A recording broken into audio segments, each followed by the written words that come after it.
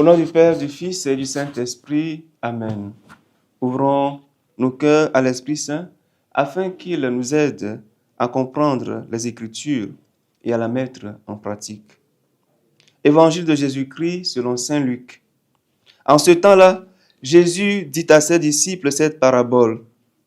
Voyez le figuier et tous les autres arbres, regardez-les. Dès qu'ils bourgeonnent, vous savez que l'été est tout proche. De même, vous aussi. Lorsque vous verrez arriver cela, sachez que le royaume de Dieu est proche. Amen, je vous le dis.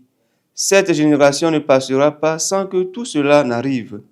Le ciel et la terre passeront, mes paroles ne passeront pas. Acclamons la parole de Dieu. Louange à toi, Seigneur Jésus. Frères et sœurs, nous méditons aujourd'hui l'évangile de Luc au chapitre 21, versets 29 à 32. En ce temps-là, Jésus dit à ses disciples cette parabole. Voyez le figuier et tous les autres arbres, regardez-les. Dès qu'ils bourgeonnent, vous savez que l'été est tout proche. De même, vous aussi, lorsque vous verrez arriver cela, sachez que le royaume de Dieu est proche. À la veille de la nouvelle année liturgique, le Seigneur nous conte une parabole au sujet du figuier qui devrait orienter notre lecture des signes des temps. Le figuier qui bourgeonne, tout comme d'autres arbres du même comportement, annonce un temps qui arrive, une saison. Nous connaissons bien lire et comprendre ce que cela signifie pour savoir ce qu'il convient de faire le moment opportun.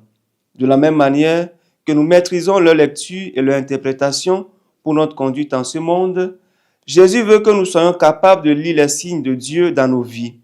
Il nous annonce la présence ou l'imminence de Dieu. Ces signes sont nombreux. Il s'agit à chaque fois de se demander ce que Dieu veut nous dire par ce qui nous arrive ou par ce que nous vivons. Malheureusement, nous n'ouvrons pas les yeux. L'histoire du figuier nous invite à prêter attention aux signes des temps qui nous aideront à discerner entre ce qui a une vraie valeur et ce qui passe, entre ce qui peut nous construire et ce qui peut nous détruire. Prions et demandons à Dieu la grâce de discerner le bon du mauvais, le faux du vrai, par une vie centrée sur sa parole.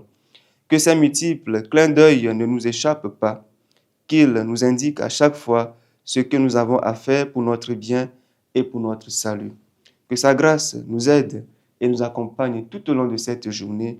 Au nom du Père, du Fils et du Saint-Esprit. Amen.